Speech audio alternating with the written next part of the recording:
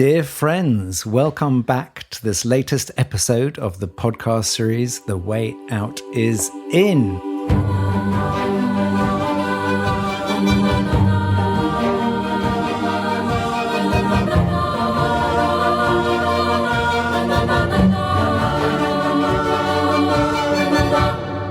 I'm Jo Confino, working at the intersection of personal transformation and systems evolution. And I am Brother Phap Huu, a Zen Buddhist monk, student of Zen Master Thich Nhat Hanh in the Plum Village tradition. And today, brother, we are going to talk about one of the Buddha's key teachings, which is on the four immeasurable minds: love, compassion, joy, and equanimity. The way out is in.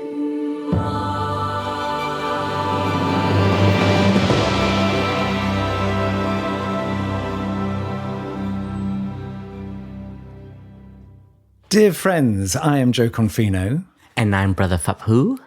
And brother, we haven't seen each other for a little while. How are you doing? I'm doing well, and it feels so good to be back in Thai's hut to record the podcast. And how are you? I am very well. I also feel that it's like every time we come into Thai's hut, it feels like sort of coming home. And we have described it a bit before to our listeners, but just as a reminder, we are sitting in the sitting still hut of Thich Nhat Hanh, which overlooks the forest in southwestern France. And it's where Thai lived some of the time. And it's very, very cozy. It's very simple. It's all wooden. It has a warmth, but also, more importantly, brother, it has Thai's essence here, would you say? Yes, his vibe is still here, as the new generation would say. Yeah. Thank you for reminding me of my age. So, brother, we're here to talk about the four immeasurable minds. And Thich Nhat Hanh had sort of quite a big sort of offering that if we follow these, we can change our lives. So I just want to read what he says. He says, if you learn to practice love, compassion, joy, and equanimity, you will know how to heal the illnesses of anger, sorrow, insecurity, sadness, hatred, loneliness, and unhealthy attachments. That is a big ask, brother. Absolutely. And we can see and understand the word love is a very big word. It's a loaded word, actually, especially in our times. Like, everybody has a particular definition of what love means to us, what love means to you. And we are very conditioned by society, by the culture that we are built up in. Like, even the language of love is very different in culture. There's so many ways to express love. And there's so many ways to talk about love. But here in the practice, we want to talk about being love. And our process of bringing these teachings from the Far East into this present moment, new generation and new space and time, Thai has also shared that it's so important to restore the word love, because I think the word love is very spiritual. It's a very sacred word. And we use love too freely in a way. Like, for example, we use it for everything. Oh, I love pizza, which I do. I love to go for a run, which is also true, but it just means that we then take for granted the essence of love. And our mission, in a way, is not to only restore the meaning of love, but it is to bring back to life the core essence. And if we study through all the philosophies and religions and ancestral wisdom, at the core of it, one universal truth is that we all are nourished by love. We all seek love. We are thirsty for love, as well as we want to be able to offer love. And the Buddha himself has given the teachings on these four elements, what you have just named, but it doesn't come from Buddhism. It was already present in the times of India before Siddhartha became a Buddha, but he brought it into Buddhism and to share that this is also a foundational practice, and it is called the Brahma Viharas. It is our attitude, our cultivation of our capacity to grow our hearts, our minds, so that we can be so expansive that we have the capacity not to discriminate and to see through the dualism of separateness, of othering each other, of othering our separation of us and nature, us and material. And then to have this interbeing, this insight of interconnectedness, which will deepen our love. And that's why love, sometimes people say it's a medicine, but I see it more as a vitamin, because it has to be nurtured every day. It's not only when you're angry you should be practicing love. I think love has to be cultivated on a daily basis. It's a meditation in itself. We have established the metta meditation, and metta here is a language from Pali or Sanskrit, Maitri, and it means our mind of unconditional love. And unconditional love is a very big word, and that is part of our mission as monastics, or as any of us who want to walk the path of Buddhism. It's to develop our hearts so that it can be as vast as the ocean, or as deep and embracing as Mother Earth. And there's a story that the Buddha, his son, Rahula, was a young monk, and his mentor was one of the great students of the Buddha, lucky him. Shariputra was his mentor, and I don't remember exactly the detail of it, but I remember the teaching that Shariputra gave to Rahula, and is that you have to learn to be like the earth. The earth doesn't discriminate. It accepts all, and it is the mother of all. Whatever you pour into the earth, whether it is our mucus, our urine, our spit, the oils, anything that we pour into the ground of the earth accepts it all and will find a way to transform it. So our practice as a meditator, as one that walks a path of liberation, is to expand our mind, our heart, so that it can embrace and love and hold all, even those we call enemies. And that is a very, very difficult practice. And maybe let's park that at, Yeah, we'll deal with that. Let's park that at the Northern Star, but that's the direction where we want to go to. But on a daily basis is we want to not feel that love is something that we can consume. Right now, like, what do we all do when we see each other from a very long time, or Valentine's Day, Christmas, Halloween? Capitalism or the market industry is so good, right? They know how to get us to consume more, and it is advertised in a way to love, to express our gratitude, to express our love, to express our appreciation. And there's nothing wrong with being able to bring sweets from a different country to share to someone that when you visit them. But it is the tendency to see that love is outside of us. And when I started to practice and walk this path, like, I had to unlearn a lot of that. I have to relearn what is true love. And it starts with oneself. And so the first element, which I feel is one of my foundation, is loving kindness. And I really like the word kindness, because maybe I feel that's something that it's more natural to me to offer than the word love, because I'm still trying to unlearn that love. Because when I was growing up, love was all about romance, was about getting a partner, hookups and so on and so on. And that word has been, in a way, covered with so much lust, so much craving, so much attachment, and definitely like a running after. But when I heard the word kindness, I'm like, that I've experienced myself. I've received a lot of kindness, and that is something that has become more natural to me. And in Buddhism, we always have to start with oneself. And like the name of our podcast, the way out is in. So the way to offer love to others is also to turn inwards. And if we take a moment and we just want to take a pause and reflect in this present moment, are we accepting ourselves, right? Do we have the ability to even accept our body?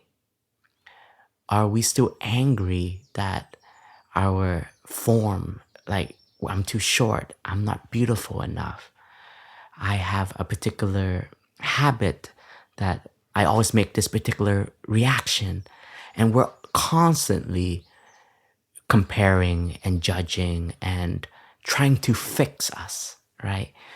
And all of us, we do this, and this is a shared experience, and this is something that we can already start to break the separation that we all suffer from knowing that we are enough in this moment. And it doesn't mean that we're limited to just this moment, because we have so much potential. But it starts with the accepting. So when we start to come back to oneself, the first meditation is coming home to the body, just feeling the pain, feeling the stress, and just being aware of that. Just say, my body, you're so tired. In orientation, I always tell people, if you fall asleep during meditation, it's totally okay. It's because you're so tired. You never allow yourself to sit there without distraction, right? The screen time, the attention, the noise if we live in a busy city. So our mind is constantly being activated, and it craves rest, but we are so accustomed to noise and to movement that we don't know how to enjoy silence. I remember in our first climate retreat that we hosted here in Plum Village, we did half of the day was in silence. And I remember one of the friends sharing that when he saw that on the schedule, he was so scared because we can't talk. Like, what am I going to do with myself?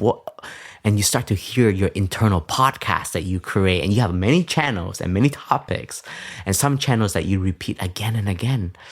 And then by day 4, I started to hear people saying how delicious the silence is, and how much they needed to allow their body to be in silence, not alone their mind, even their body, so that your nervous system is not always stimulated and activated. It has a chance to rest. So that is an act of kindness when we start to acknowledge and accept ourselves, first and foremost, our body, and then our feelings, our emotion, our present moment, even the sense of hopelessness. It's like, accept that I am feeling hopeless right now. Because that is the art of mindfulness. That is the act of mindfulness, is to see, to recognize, to embrace, and then gently, without judgment, to see where are the sources of these suffering coming from. Why do I feel this particular way? And then the opposite, if we are so happy right now, we are in peace, we are pleasant, we are in peace in the chaos of the world. Like, we can be in that state. We can be as active and as engaged and still hold a very stable presence. And you can recognize that and say, I am in a stable presence in mind and body and spirit. And I can give my stability to my community, to the suffering that is present, and acknowledging that, and have to recognize that that state is also of impermanence. So I want to cultivate, I want to keep nurturing that. So all of these way of seeing and then way of enacting, of being, it is a deep kindness to oneself. So I invite all of us, to really give kindness an opportunity also. It's not weak. And empathy is so powerful because empathy allows us to truly connect. And that is a part of our humanity that our ancestors have survived to now. It is through empathy. It is through being compassionate. It is through understanding. And as we move through the world, we will hear so many different viewpoints of what it means to be a righteous person, a powerful person. And in the present moment, we can see that this idea of strength is layered by greed. And we are distancing ourselves so much from the reality, not the reality that we want to be number one in power. Because at the end of the day, my friends, we're all impermanent. We will have to return back to the earth. That's one of the remembrance that we can recite. So if we recognize that fact, the insight of kindness becomes so important. It is a vitamin. It is a source of energy that not only nurture yourself, but it is a gift to the world. Beautiful, brother. Thank you. I remember when my wife Paz and I, when we got married here in Plum Village, and Sister Chan Kong, who's Thai's longtime companion, she conducted the ceremony, and afterwards she pulled us aside and she said, the only thing you need to remember is that love is understanding. And that actually, if you really want to love somebody, you really need to listen deeply to who they are, to what their happiness is, to how they want to show up in the world, to what their dream is. Because it's so easy to impose ourselves on someone else, or to actually think someone else wants something that they may not. And Thich Nhat Hanh gives that famous example, doesn't he, of the durian fruit, which to some people is like a great delicacy, but he hated the smell of it and hated the taste of it. And he used to say that people would offer him durian and not realize actually he didn't like it. He just, stop giving me durian, I don't like it. Yet people wanted to give it to him because they wanted to give it to him, not because they were listening to him and what he wanted. So this has been, I think this is a lifelong journey for me in my relationship, to constantly check in with myself. Am I actually understanding Paz, or am I imposing myself or seeking to impose myself on her? Because actually, even if I sought to do it, I wouldn't succeed. But can you tell us a little bit more about what it is to truly understand someone, what it is to deeply listen to someone, what it is to let go of one's own needs and be present for someone else? I love that phrase, and that has helped me relearn what is love, and that is the act to understand. And to understand, it takes mindfulness, because a lot of the times we are listening with our intellect. How many times have we listened to a conversation, even with our most beloved person, whether it is our partner, our companions, our parents, our brothers, our sisters, our best friends even, right? And there's always this tendency to one-up each other, right? Even if you hear somebody talking about how lovely their retreat was, then you have to come up with, and I was home and I was able to do this, I was able to do that. So while we're listening, we're already comparing.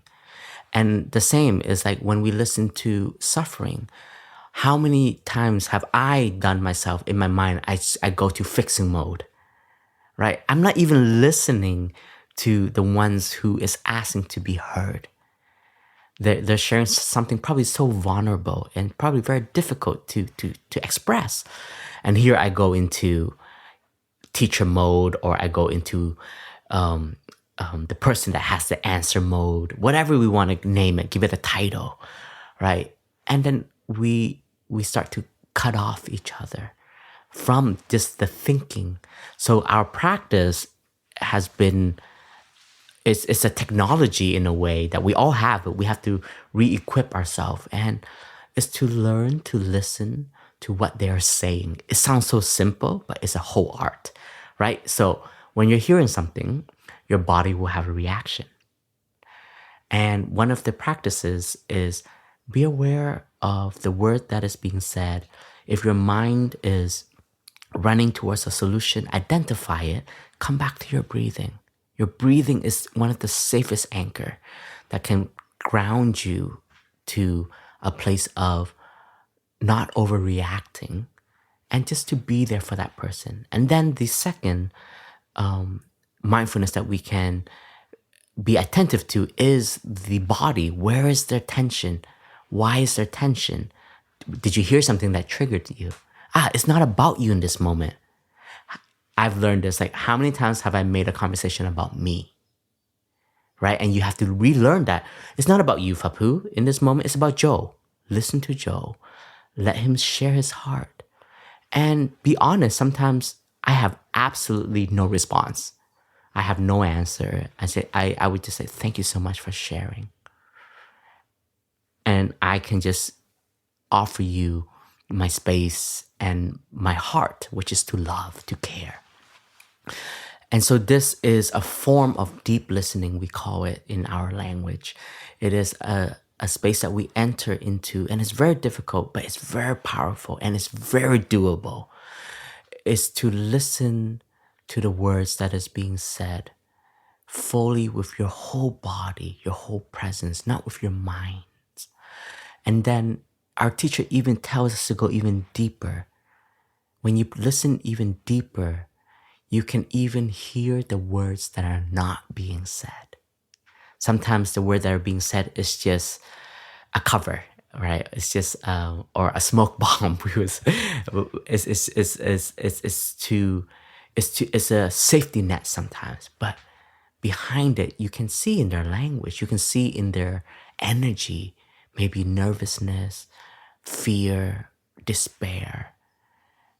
And you can acknowledge that. Don't rub it in the face, right? But these are moments where it can help us touch something that is very profound in the person. We are witnessing their whole experience in this moment, not just the stories. And we have to find skillful ways in language, in moments, to have time to talk to each other. We have our day-to-day language. How are you? Did you eat yet? Can I cook you something? And these are all very important. They're like the threads, right? But then I think there's a fear I have. It's like we're losing the art of deep communication, of just talking heart to heart. Because there's fear there sometimes. Am I ready to hear somebody suffering?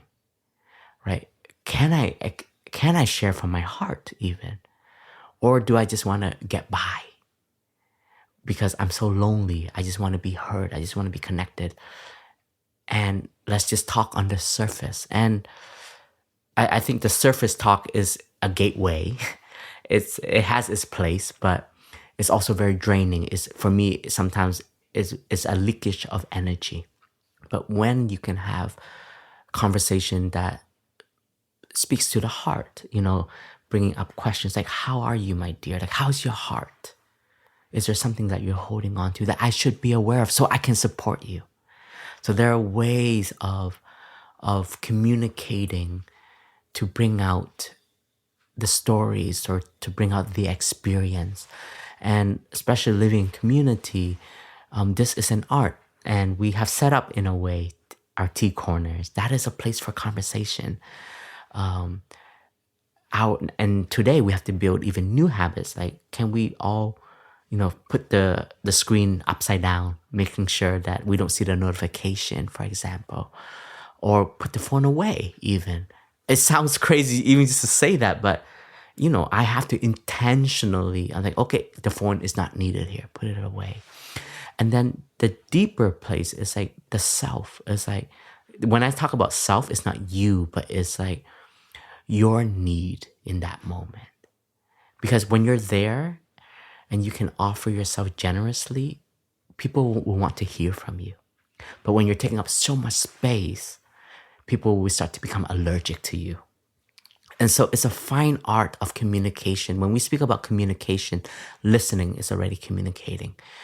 Showing up is communicating. And then when we are talking about understanding, first and foremost in Buddhism, we always talk about understanding as in understanding suffering. And when we talk about suffering, it also means about well-being. So if we're talking about suffering, we're also talking about happiness, because if we can take care and transform the suffering, it will become the happiness, the joy. So in deeper conversations, especially in relationship, we have to create moments where we can enter into those spaces of opening our hearts. Sometimes it's a story like when you were young, like what is it that you wanted that now you can let go of, for example. Because if you can let go of it, you will be very demanding on your descendants. What you couldn't achieve, you will put it on the other. And I've seen that cycle, especially as an Asian. For all of us who are Asian listening to this and grew up in the West, we all know of this. Like a lot of our parents had to abandon their careers, run away from wars, run away to migrate. And they enter into a new place, they have to relearn or no education. So dishwashing, gardening, nails, so on. And then all of their hope and dreams, they impose it on us, right? And there's this heavy burden that we receive. But you can be angry with it, or you can understand, these were the dreams and wish my parents wanted that they never could accomplish. And how can I communicate to them? It's like, my lovely parents, what you weren't able to do, allow me to do it in my talent, in my ways. And whether it is not becoming a doctor, becoming an author, or becoming a monk, even. So it's like this understanding. When you have it, then your love just expands. That example towards our parents is very clear. When I see all of the hopes and dreams that my parents had and they weren't able to realize, and sometimes I feel that pressure. Where's that pressure coming from? When you understand that, you unlock something in you. You unlock your understanding. You become free in that moment. So the understanding and love is one thing. Thai have said it many times. Understanding is love, and it's the most profound love, because when you understand, there's no more barrier of you and me as separate people.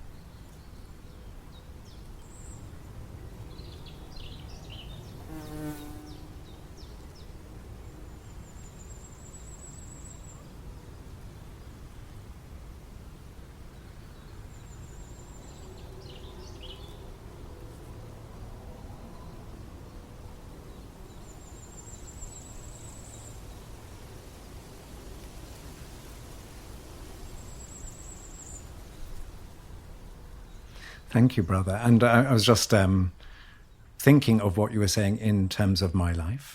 And, I was very needy of love when I was young. And when I look back on that, I can absolutely see why it would push people away. Because actually it's we think often that people don't pick up on our energy. But actually, even if we don't say anything, as you were saying, people pick up on the energy of something. And I know that for myself, talking about love, when I got to the point in my life where I could say I love myself, the neediness just, it hasn't gone away. It sometimes comes back. It's sometimes more sort of obvious than other times. But actually, it transformed, because actually, if I love myself, then I don't need anything. And not only that, then I can give something. And it feels like, that metaphor, when your bowl is empty, you just want to fill it. but actually it's not an empty bowl, it's a bottomless pit, because actually whatever love I was receiving never went anywhere, because actually I didn't love myself. And so actually it was a constant need for love that never met my wish. But when I actually learnt to love myself, then actually my bowl was full and brimming, over brimming. And actually then you want to naturally give to people, because actually that's exactly as you started off the podcast. We want to give love. Yes, of course we want to receive it, but we really want to express it. And brother, one thing you talked about, but I just want to sort of name it maybe, and maybe talk a bit more about it, is TWOII would often say that love is friendship. And I think often, and you were talking about this, love has become transactional, that love is about something we give to get. But actually, if we see love as friendship, that just by using the word friendship, for me, that immediately creates a sort of idea of reciprocity, that I'm there for you and you're there for me. It suggests deep sharing, that if you're my friend, I can trust you, I can open up to you. And also, if you're my friend, I'm going to devote my love and attention to you. And I find that a really healthy way of seeing love. Wow, that is very beautiful and it's very true.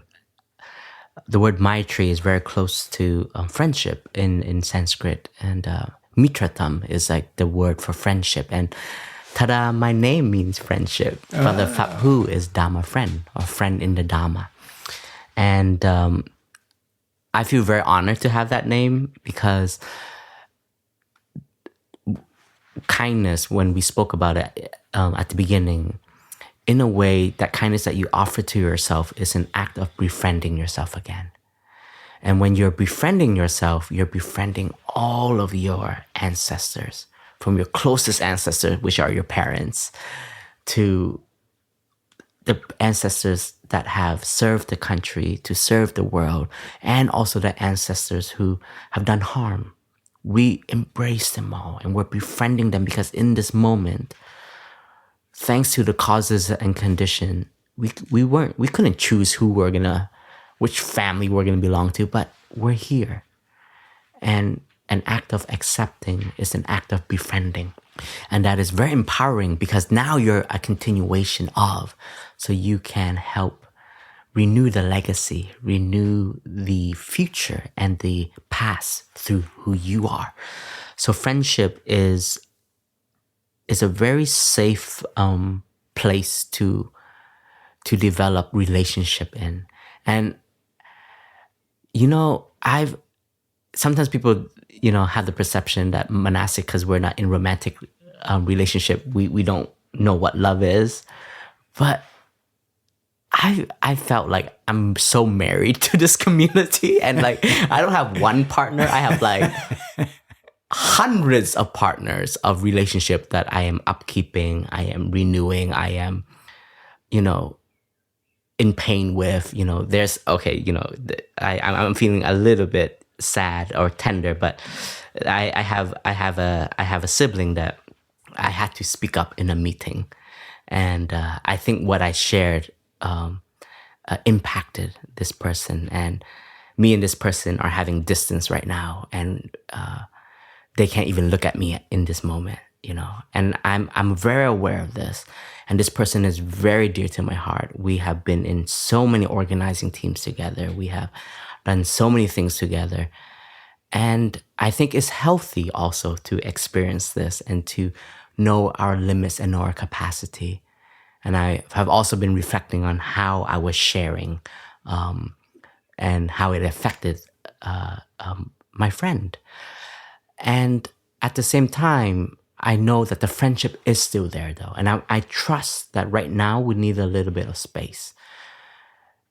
But in time, we will remend our relationship, because our true friendship was always there. We were always there for each other, in the hard times, in the happy times, and so on. So I have that trust, but we also have to be very raw and honest. Like when when there's a wound in a friendship, it's painful.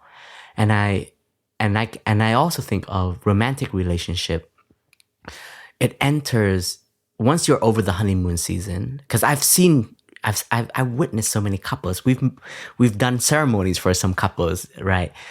And from romantic to companionship, and the deep thread of companionship is friendship. And I know of a very good friend who's in the Sangha, and the two of them love each other so much, and they're still a couple. And they have decided in the later years that they don't even need to share the same bed, but they feel so in harmony with each other that there's a moment that the understanding of love is beyond the body intimacy. It's the intimacy of spirit. It's the intimacy of understanding, of supporting. And this friend who is a very successful businesswoman, her husband is not fully a practitioner like Plum Village. She's a diehard, you know. We would joke. I'm like, I think you bleed Plum Village, and she's like, ha ha ha ha, absolutely. But he is so much in support of her to walk this path as an OI member, an Order of Interbeing member, receiving the 14 trainings. And that's a deep love, that's a deep understanding. And sometimes maybe our understanding of love is everything needs to be the same, right? It's so cute when, when we see couples wearing the same shirts, the same hoodies, the same sweaters, couple days. I think it's more of an Asian thing in the Southeast Asia. And it's to express how in harmony we are. But at the same time, like in love and in relationship and in friendship, there's a lot of space for exploring our talents, our hobbies, our curiosity. And we all also have our expansive mind can even embrace each other's different religions, even different understanding of the movement of the world. And it's hard sometimes to embrace also those who have different worldviews, right? And I've experienced this myself. And my practice is still to go beyond the worldview, and is to still see them as a human being that needs to be nurtured by love, needs to be seen as just a human being. And I remember one time we were in a conversation, and there's a lot of different worldviews, and at one point we're just like, well, how's that gonna change our present moment? Like, are we just gonna keep battling each other with who's right and who's wrong? Is being right more important than us being able to actually sit down and have a cup of tea, and then to talk about, what are the things that you are transforming for your ancestors? To go there sometimes just to break free from these, the headlines are important, is to keep us aware of what's going on. But sometimes we base everything on all of the headlines that are going on in the world, which is important once again. But where do you meet people to also help them transform and help ourselves transform? Is to be open to listen, to have friendship. And in friendship, we have seen our humanity is thirsty for friendship. And there's this clip that is on YouTube, and I don't know how it was in my algorithm, but like during World War I, I think it was during Christmas Day, when they call for a ceasefire. And they play football, or in America, North America, soccer. And that was a moment of humanity, and that was a moment of friendship, right? Isn't it so, like, we have all the facts of what we as human beings, where we thrive the most is when there is love and friendship. But because of power and greed, and because of individualistic ideas and separation, we other each other, we are we are capable of seeing the others as less than us. That's when it's very dangerous. And that's when somebody has no friends. Somebody's so lonely, somebody who just wants to be accepted. And then they have these views that they will lead their actions. And that's why our teacher always says, the safest foundation for us to be in action is understanding. When you have that, you can work tirelessly because your understanding is your compass, and it can give you so much insight and so much way of bridging the separation. And our teacher has spoken to business leaders, to teachers, to world leaders, and he always said that if you speak and listen from the place of heart, you see their suffering as yours, your way of leadership will change drastically. And you're a leader for the people, not the leader for the dollar, for the euros, for the separation of idea of power, of money. And, I was just thinking, I was listening to a podcast, and it was Trevor Noah. I think it's, I forgot the title, like What Now or something like that. And he also asked a question, like, if you can do one thing to change the world, what will you do? And it's a deep question, right? As you have one thing, you can only choose one thing. And it's too obvious to say like world peace or something like that, right? And I was thinking, like what if? Because in the Buddhist term, we have something called merit. The merit of action, the merit of thoughts, the merit of our service. And I was thinking like, wouldn't it be so beautiful if our currency was our acts of kindness? We will all want to be good human beings because that is the equivalent of our currency. And then your love, you can transfer, you can give more to other people. And then that would change your whole mindset of giving, receiving, supporting, loving, understanding.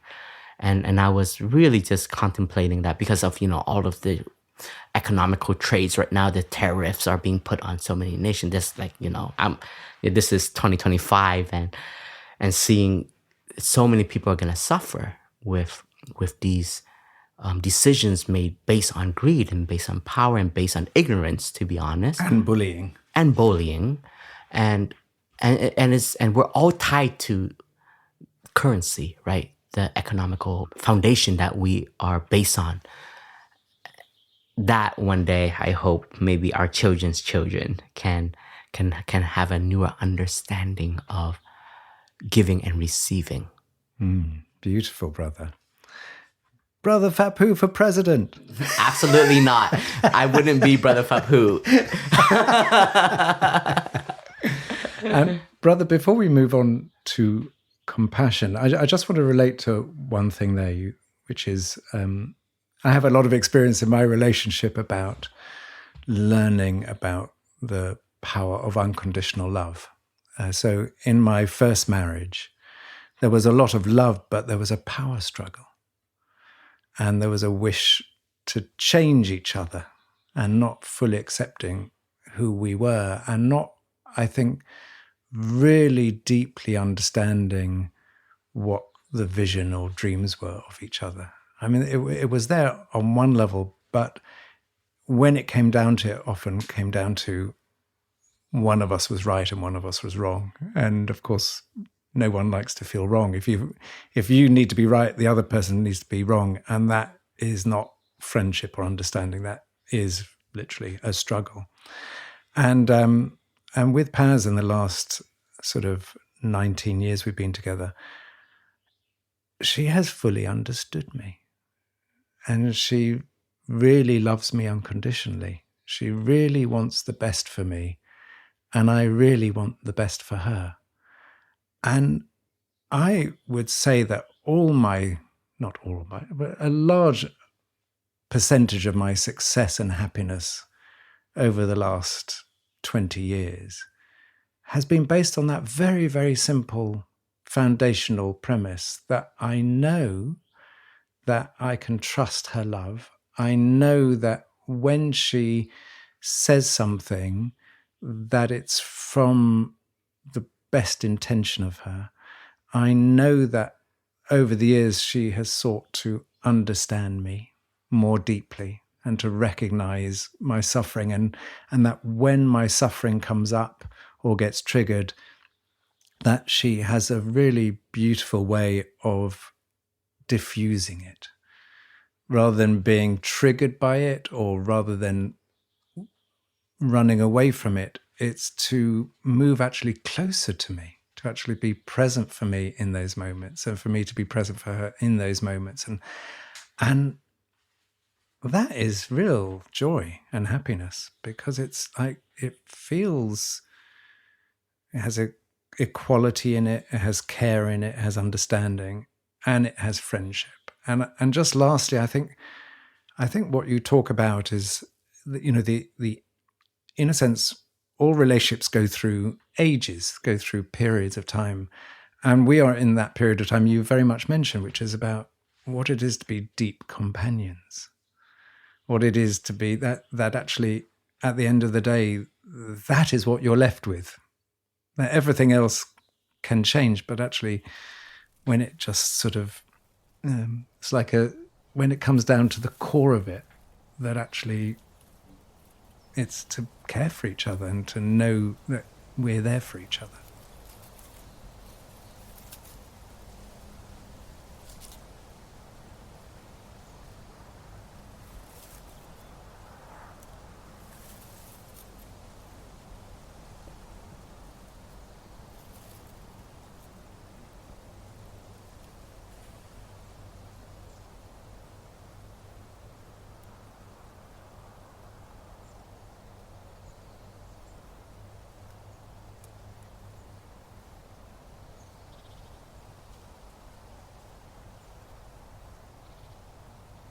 So, brother, let's go on to compassion, which is the second of the 4 immeasurable minds.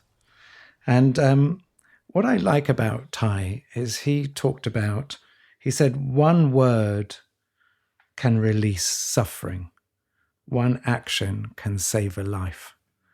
And he talks about sort of looking with the eyes of compassion, we can listen deeply to the cries of the world. I love that. Tell us more. What's your sense of how this can actually help us to lead a better life, a more full life? I think we did 70% of it already about understanding. And, just to add on to it, compassion, once again, is a verb.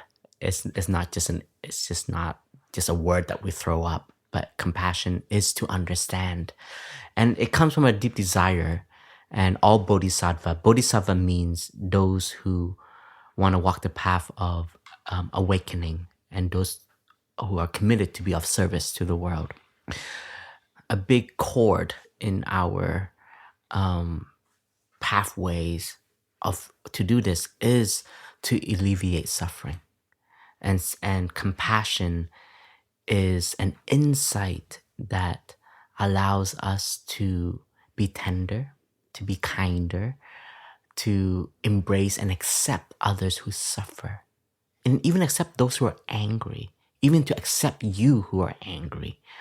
And compassion has many layers. There is the compassion to hold and embrace all. Is that when you're in the presence of somebody who's very compassionate, you feel this warmth. You feel this acceptance of this person seeing you who you are. And we need more of that in today. I was recently at a conference, and at the conference, everybody is showing up to represent their business, platform, communities, movements, and it's beautiful. There's a lot of deep aspiration, but there's also a hunger to be seen and to be heard and to just be accepted. And we are given titles. I was given a name tag, and Brother Phap Huu, Abbot of Upper Hamlet, da da da da. And I honestly just want to say, Brother Phap Huu, smile. But, to move in the world, sometimes titles are important and it can help get you through a door, for example. And the conversations that I was able to have with folks, when I can just be as curious as I am to their aspiration, that's an act of kindness. That's an act of compassion. You get to hear something that is so deep within them. And your way of listening, your way of presence, your way of warmth, allow them to be comfortable to share. Right? And this is a training, and it's a training of deep listening, and a deep sense of curiosity have to be there. And then there is the compassion we call firm compassion or fierce compassion. And when we think about the energy of anger, for example, anger is sometimes seen as a negative energy in the literature of Buddhism, in the philosophy of Buddhism. And anger is given a title to be transformed. And there's truth there, because anger, when it is not tended to, leads to more destruction by the words we speak, the minds, the thinking, the views we create, as well as the bodily action that we can impose or enact. So anger is a source of energy to transform. But when you have a moment to reflect on and see your anger, it comes from a layer of love. You're angry because something is wrong.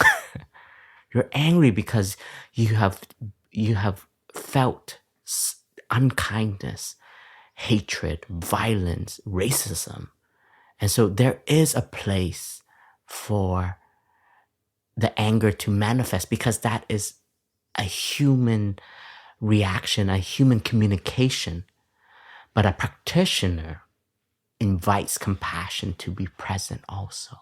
Compassion can give the anger a new jacket and a new power, because you can still be in the face of hatred and discrimination and not accept that, but to show up and speak out in a way that can shine the light to the ignorance, to the suffering, to the pain that are there. So compassion, when in the Buddhist light, it comes from a deep aspiration to transform suffering. And I don't know if listeners have had a chance to hear our Namo Avalokiteshvara chant, and our teacher always introduced it, and he also always introduced it to give us 3 layers to meditate on when we're listening to the chant, because it can go on for 20 minutes or even 30 minutes sometimes. And the first element of where we focus the compassion is to oneself. Being compassionate to yourself, knowing that you have trauma, you have wounds, you have pain, and it's okay to suffer. But if we know how to suffer, our suffering will have an opportunity to transform. So the first object of our compassion is oneself. Because when we can heal ourselves, our wounds, love becomes a source that we can offer to others. But sometimes we have to know our limits, and we know, if I give more, I'll be dried up and I'll lose myself. So kindness to oneself. And then the second object of our compassion we send to, it's the ones that are around us in our daily life, whether they are our parents, our brothers or sister, our colleagues, our partner. Then we send that compassion. We offer them this compassion, and it's a meditative practice, and it's in action every day. We can do it. We can see, when I see someone suffering, we can be so compassionate to that person. We can already just bring our thoughts of mind that wishing them healing energy. And this is not like This is not like la la land. Like, this is actually real. When people receive care and love from people's thinking, it has a great power of trust. You can trust humanity again. And then the third element of compassion we send to, it's all over the world. It's places where we know that suffering is so present, whether it is the war places, hunger, or the nature being destroyed, going beyond the human, even the beings, right? We know that in our lifetime already, we have seen extinction of so many insects and bugs. And not many of us even know this. When I was told by climate activists that came through Plum Village, there was a deep sorrow there, because our way of living, our way of consuming, our way of being at the top of the pyramid, we have allowed for so much living beings to be extinct. But with death, there can be birth again, right? So compassion to give out for regeneration to be possible. So these three elements of practice, of inner, surrounding, and then outer, it's a continuous practice that can develop our mind of non-discrimination, which will become one of the minds of love. But compassion is so crucial because that is sometimes is considered one of the greatest alleviator, because there's understanding. And I see transformation happens in retreats, for example, when somebody understands their suffering. They have an aha moment. And it's not only their compassion that they receive from their own practice, but it's from the collective, from the listening that people offer to each other, the presence we offer to each other. Even in the small talks, there is an element of compassion there. So compassion is a force field and is a fuel that we can cultivate to give us more resources to be in action. Thank you, brother. I love this idea that one smile from somebody can restore our faith in humanity. And what that speaks to is often we think we have to act in big ways. We think that we have to do bold actions in order to create change. But one smile can genuinely save someone's life. One, as Ty said, one small action can save a life. Even a smile can change a life. And I think there's something around that we underestimate the power of the small things in life. We're taught to see things in grand ways, but often seeing things in the small ways can be more important. And also the idea that sometimes the most compassionate people are the people who have suffered the most. It's like sometimes the most generous people are the poorest people. Sometimes people who have been in prison the longest are the most at peace with themselves. And so I think compassion comes from our suffering, comes from a recognition of our suffering, comes from deeply being present to someone else's suffering, as you describe, because then we feel our own suffering. Then it collapses the gap. And I think you're talking a lot about this. I mean, we talk about it in the different episodes, but you're really naming it here, that we collapse the gap. We no longer see it as the other person. We feel them because we feel them in ourselves. And because we feel them in ourselves, they feel felt. And so they feel more heard. And so that idea of compassion is so powerful. But brother, it's also misunderstood as being soft. So I just want to come back to this, and because I think it's so important, because I see it in lots of people who are very kind, that when it comes to the situation where they have to act with the Zen sword, that they're unable to, because at the core of some people's kindness is not just pure kindness, it's the wish to be liked. So I'd really like to spend a bit of time, because there's so much confusion about compassion.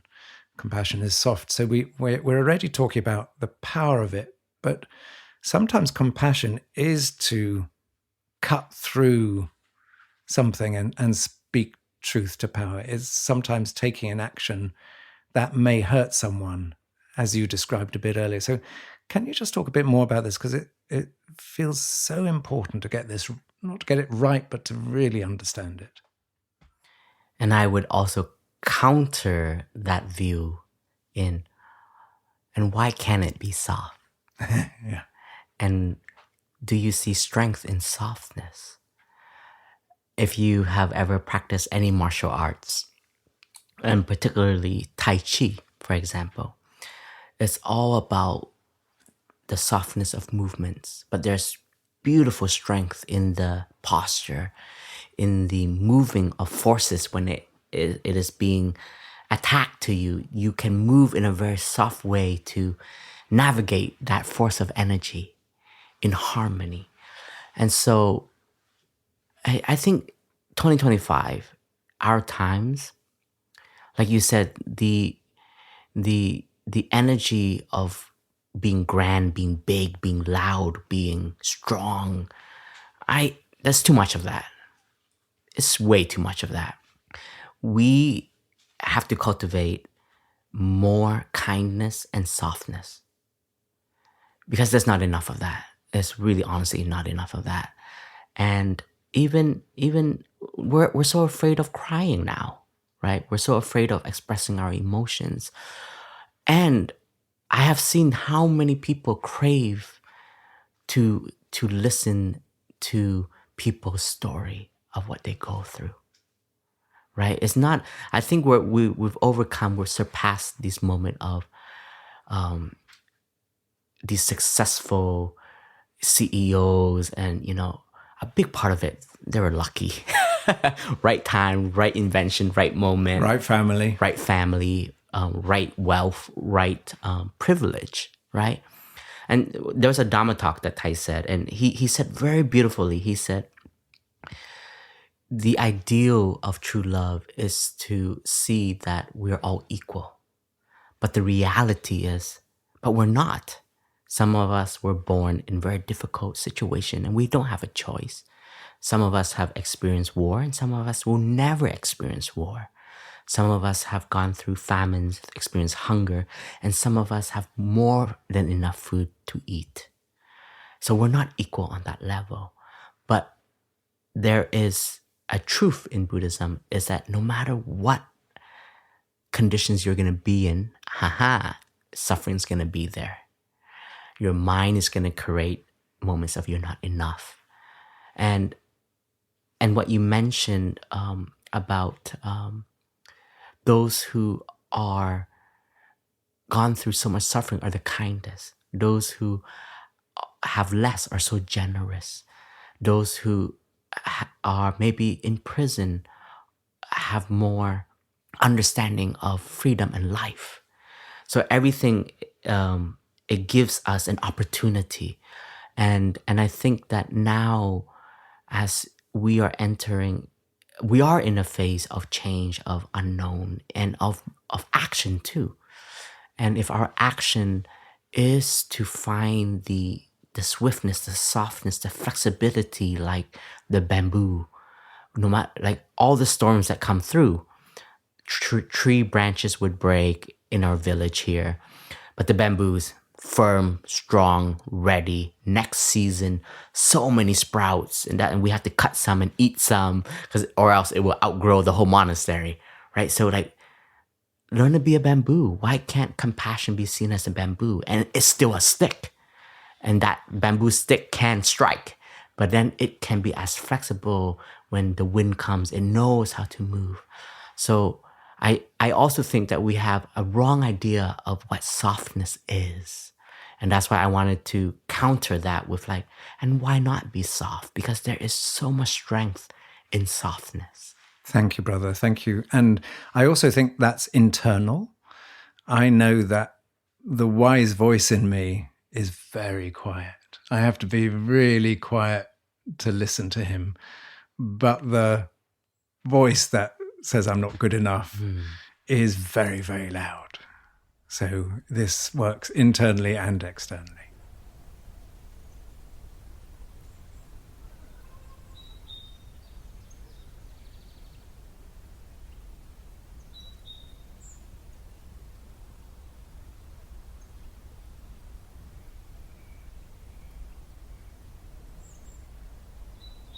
So, brother, on to joy. Yay, we need a bit of that. Let's have some joy. So, one of the things I really like about Thai is, again, and this comes back to the same point, actually, that often we think of joy as being something that needs to be grand.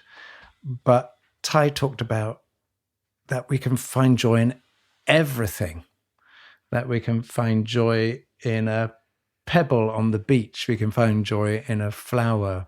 We can find joy in someone's smile. We can find joy in the fact that we're alive. We can find joy with the fact that we can see all these textures and colors in the world. It's not something that has to be a big thing. It's the recognition of what it is to be alive. So tell us a bit, why is joy one of the four? Joy gives us a lens of wildness. It's like if you are in a relationship or in community with people and you lose the sense of joy of being together, we have to revisit, what am I doing? What is not being done? What is not being tended to? What is not being cared for? The joy gives us the energy of like wanting to continue to cultivate this source of energy because it's so nourishing, it's so delicious, right? When you are experiencing a retreat, for example, or a journey somewhere, you go home and that 1 week is so joyful. That is like a battery pack that can last for years, right? That joy is a source of energy for us to continue to bring joy. And Thai used to joke, and it's also a Zen master, mantra to us. It's like, if you're only crying in your relationship and there's no joy, you have to revisit the garden and you have to tend to the garden. Where is there the flowers that are not being nourished by transforming of the manure? Like, in order to tend to the lotus, right? So in our relationship and in our way of life, not just relationship, joy is so essential because joy is always there. We all of us are living in the present moment, but all of us are having different experience. And for some, they're having the most joyous moment. And for some, they're having the most miserable moment. And there's a truth there. And this insight of joy is, but can we still see that being able to sit under a tree, for example, can be such a blessing? And that joy becomes food for us. So the joy is to re-examine our relationship to life, our relationship to food, our relationship to even our home that we're living in, our relationship to the neighbors, our friendship. It's a mirror for us. If there's no joy in life, where am I focusing on? Am I too busy? Am I burning out? Am I losing the capacity to touch joy? And my dear friends, I've gone through that. And when you lose that ability to touch joy, you become so toxic. Everything is toxic.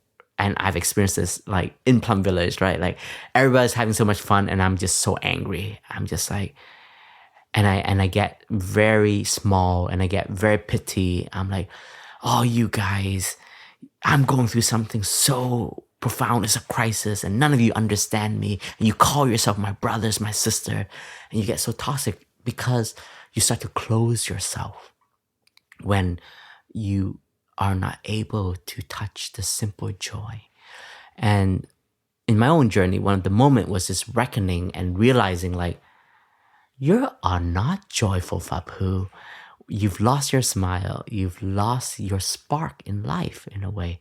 And the beauty is when you see that, you can embrace it. You can find out why you're feeling like this. You start to have a path. You start to slowly be kinder to yourself. Open the door. Ask for help. Ask for someone to listen to you, to share. And I've even asked to not even find a solution, because sometimes I think I know the solution, but I just need to hear myself speak my suffering in a way. And that joy is, for us, is like a mirror sometimes. I look at myself and is joy there? What is my percentage of joy? And I remember speaking to you, Jo, in 2024 in the spring, and you said, brother, you look more joyful. And I said, I think I'm more free, Jo. And you said, yeah. And that's where that source of joy is coming back up, and you have been able to refresh. You rebooted your system. And in service, it's the same. Like, we're all going to meet a moment in everything we do, whether it's love, whether it is meditating or doing nothing, you're going to meet a wall. At the beginning, you go through a honeymoon season with it. You feel so grateful. The gratitude starts to diminish. Your joy starts to diminish. So all of these are like bells of mindfulness that you can use it to examine. Red alert, you know, I may become toxic if I don't tend to my garden, if the joy is lacking, that nutriment, that vitamin C of joy is not there, that vitamin joy is not there, then we have to give ourselves time to tend to it. And sometimes it's as simple as sitting in the sun, going for a walk in nature, having a cup of tea with friends, talk about football, talk about soccer, talk about basketball, talk about, music.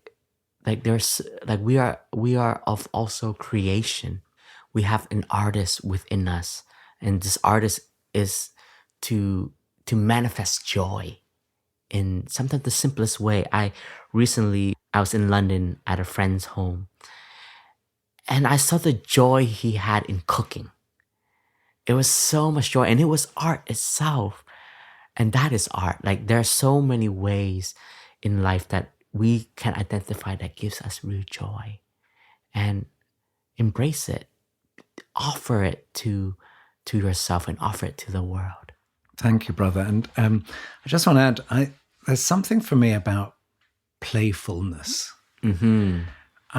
We live in a very serious world, but actually we're all just big kids.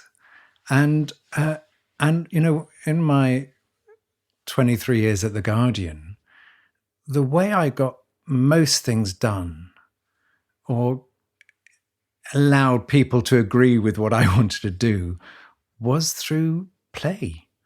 And, I just recently came back from doing a 3-day retreat for part of the Lego group. And they have this division called Serious Play, where they get business leaders to build their vision with Lego pieces. And, and at this retreat, we just worked with the business leaders just doing games which were purposeful. But the way that breaks down barriers, the way that allows people to get out of their suit mentality to become humans with each other is just astonishing.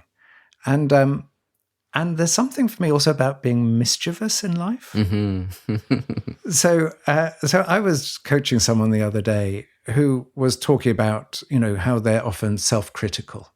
And this is an issue that continues to be in their life, as in many of our lives, me included. And I just had this vision. I said, well, look, we could endlessly talk about this, but at some point Gotta do it. You've got to do something about it. So, but I just had in my mind, I said, go to a shop where you can buy a small bicycle horn, the one with a long trumpet and the little rubber bulb at the end, and you go, ah, ah. And I just said to her, every time that you hear a self-judgment in your mind, just get out this horn and go, and just build some humor into it, because sometimes we take our suffering too seriously. Absolutely. So, brother, tell us a bit about the role of mischievousness and playfulness in Plum Village. Like you said, we're all just big kids, you know. Oh my gosh, like during my youth, young novice life, we were so naughty. We got in so much trouble. We have these robes, right? And sometimes meetings are so serious, and us young novice have nothing to say. We're just listening. And we would tie robes of each other connected, and they have no idea. It's called interbeing, brother. It's called interbeing, right? And the moment they all stand up, so they bow, but the moment they turn, they all drag each other down. And one time we got in so much trouble because one of the brothers was not in a joyful moment, and he gave us the look, and I'm like, oh God, we're in trouble. Oh my God. Oh Buddha, how long do I have to kneel? No, none of that happened, but we did get scolded. We're like, that is very disrespectful, da, da, da, da. You know, and it's true, but at the same time, it brought us joy. And it was our way of relating to, you know, these serious moments. And like from time to time, like this is my mischievous part in me, because I think I have become more serious by condition. But sometimes, like when we leave the meditation hall and it's so quiet, it's so noble, but my mischievous side was, I just want to make a sound. Yeah. And I go, meow. And because we always have like one or two cats that are like roaming around the meditation hall area. But, and then I remember one time I did that and somebody looked at me. I'm like, I'm not talking to you. I'm talking to the cat. So the mischievous side is actually, it's a part of our characteristic of the so many seeds that we have inside of us. Tai was hilarious.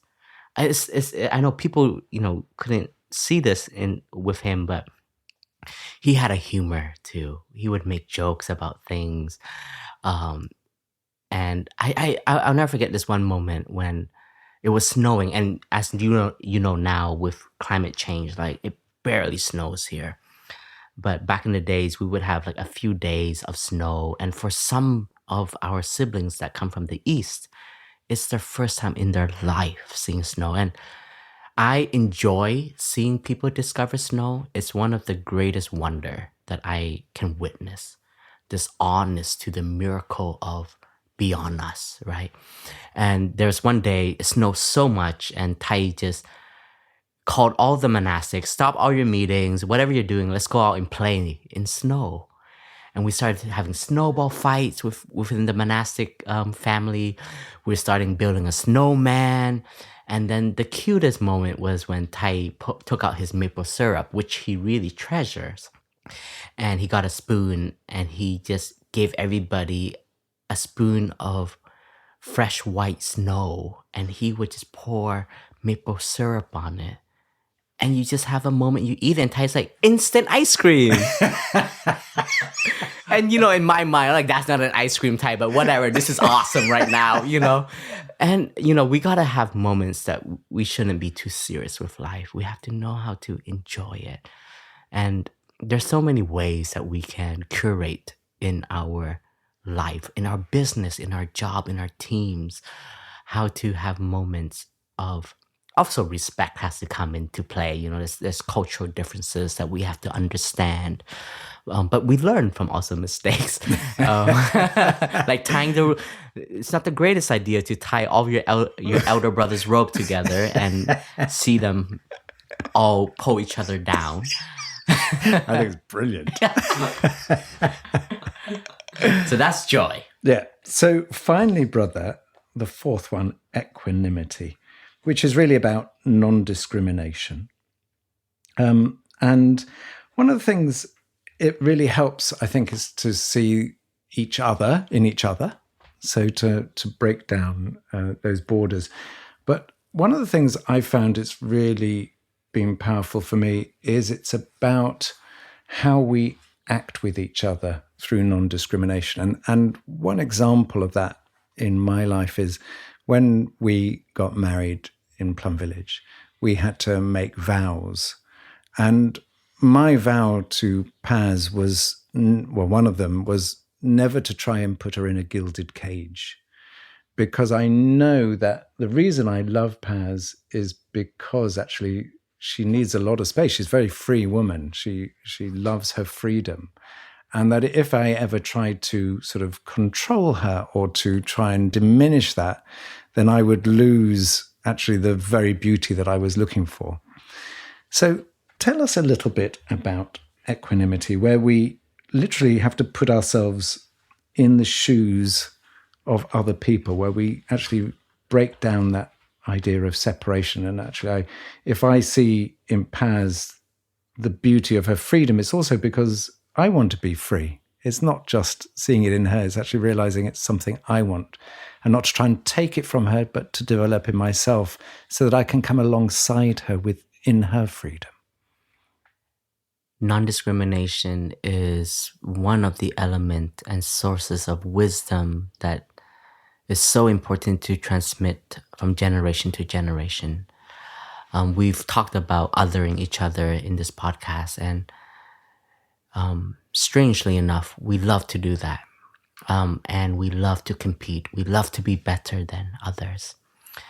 And maybe it is part of our wrong idea of transmission of, what was it? The survival of the fittest, right? And we've learned that there were some missing words there in that interpretation, and I don't remember exactly what it is, but it has to do with also community and togetherness. And if we just learn from Mother Earth and we just learn from nature, the trees, the bamboos, let's just use the bamboo as an example. The bamboos, when you look at them from the perspective of the bamboo trees or plants itself, they look separate. But when you actually dig a root, they're all interconnected and they all support each other. They know how to share resources, water, etc.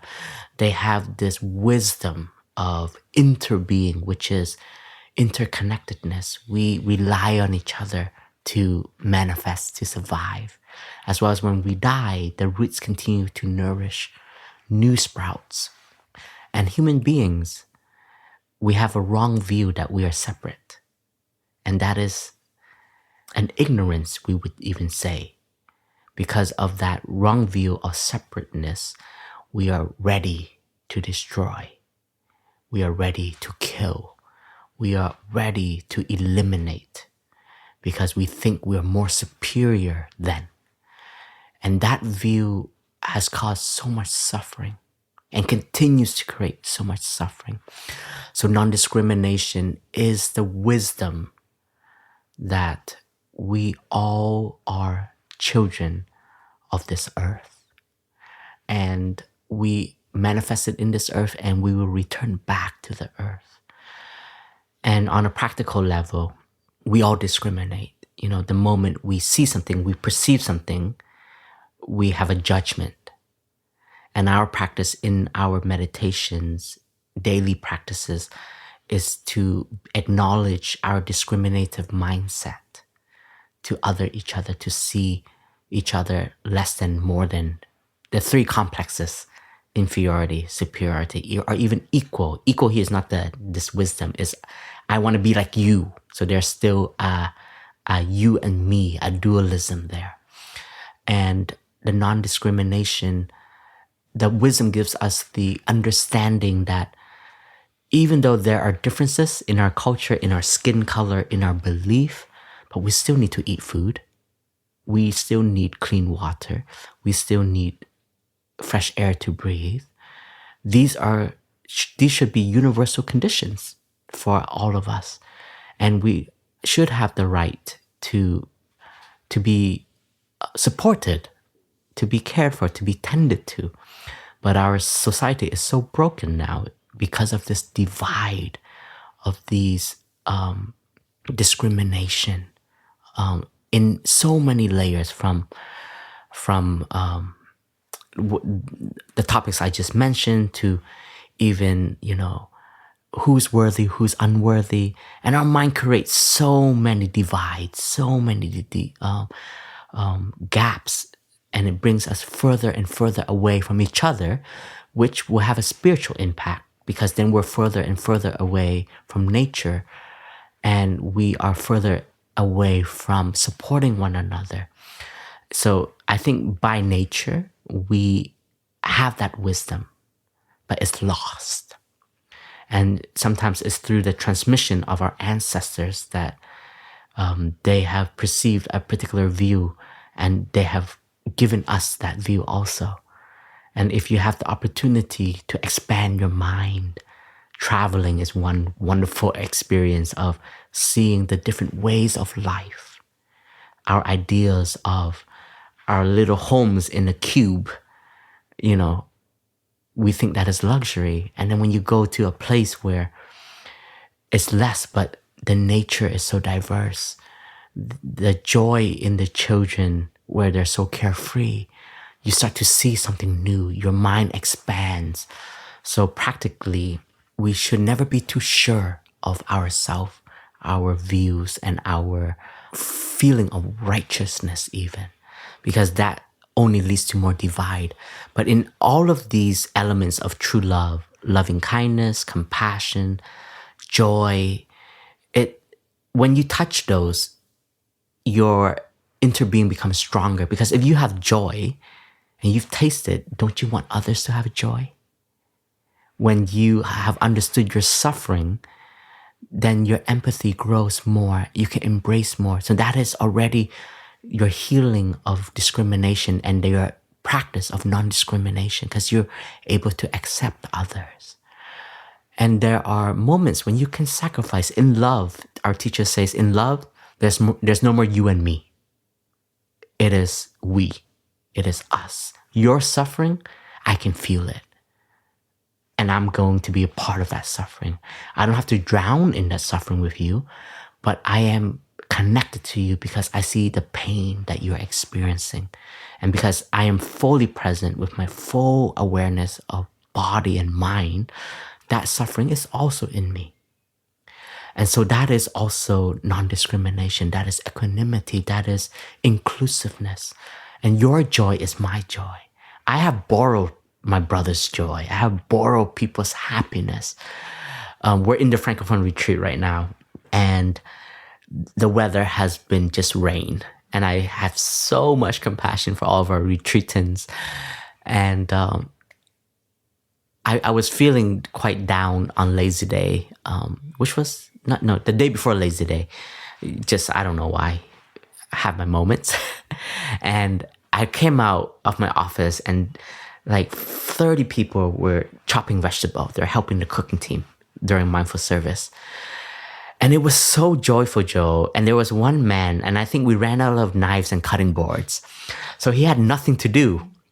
And he just started massaging these other gentlemen's shoulders. And I was just like, I was so affected by their joy that my whole mental state shifted.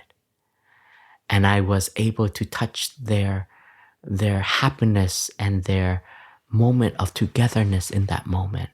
And that was a practice of non-discrimination, because their joy can be my joy. So this practice of equanimity, upeksha, it's so deep and it has so much layers. And the beauty of it is we're always going to learn how our mind constructs divides, as well as sometimes boundaries are healthy, as we have written in our books. But when the boundary doesn't help protect and care for, we have to open it, right? So our understanding even of separation, togetherness, it can be expansive more and more. So it is wisdom. It is a living wisdom that each and every one of us can continue to see the fruit of it if we practice it. Beautiful, brother. And just finally, of course, this non-discrimination is for the more than human world as well. It's for all beings, because Absolutely.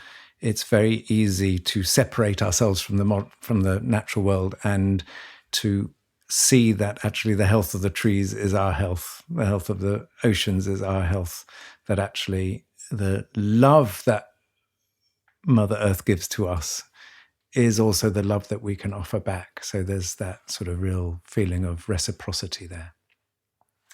So let us finish there, brother. But dear listeners, let's just go back to that initial thing, a few words that I read out from Thich Nhat Hanh. Let's see if let's ask ourselves after this conversation, is it true?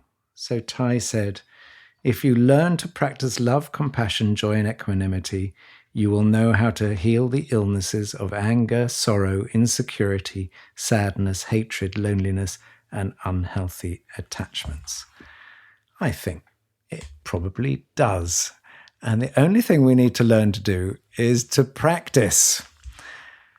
We have to apply it so that these wisdom and these fruits of our own practice can be passed down to the future generation. Brother, thank you so much.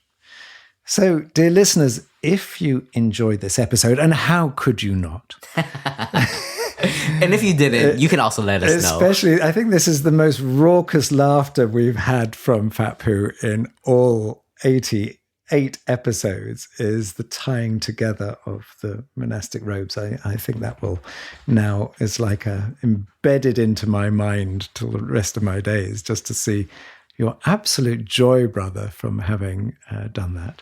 So anyway, if you enjoyed this, and we have many other episodes, and you can find us on all podcast platforms, on Spotify, on Apple Podcasts, and on our very own Plum Village app. And this podcast was brought to you together by the Plum Village app and our good friend Global Optimism, and with the support from the Thich Nhat Hanh Foundation. And if you would like to continue to support the podcast, you can donate to our monastery, our constructions that we are doing right now to support the monastery grounds, for it to continue to be a retreat home for so many friends from around the world that comes here to practice, as well as for the monastic, and as well as for these podcasts. So you can visit the Thich Nhat Hanh Foundation.org, and in the donation columns, you can select Plum Village and the different hamlets that you can support us. We are very grateful for all of the love and care that is offered to us.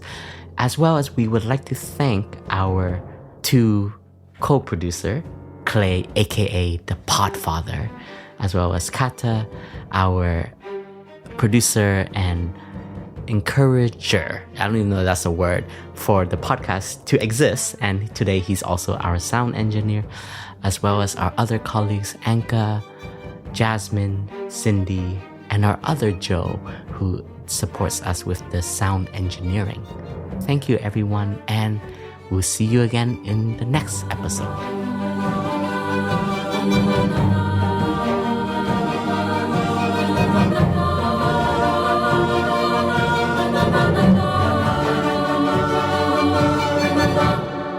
The way out is in.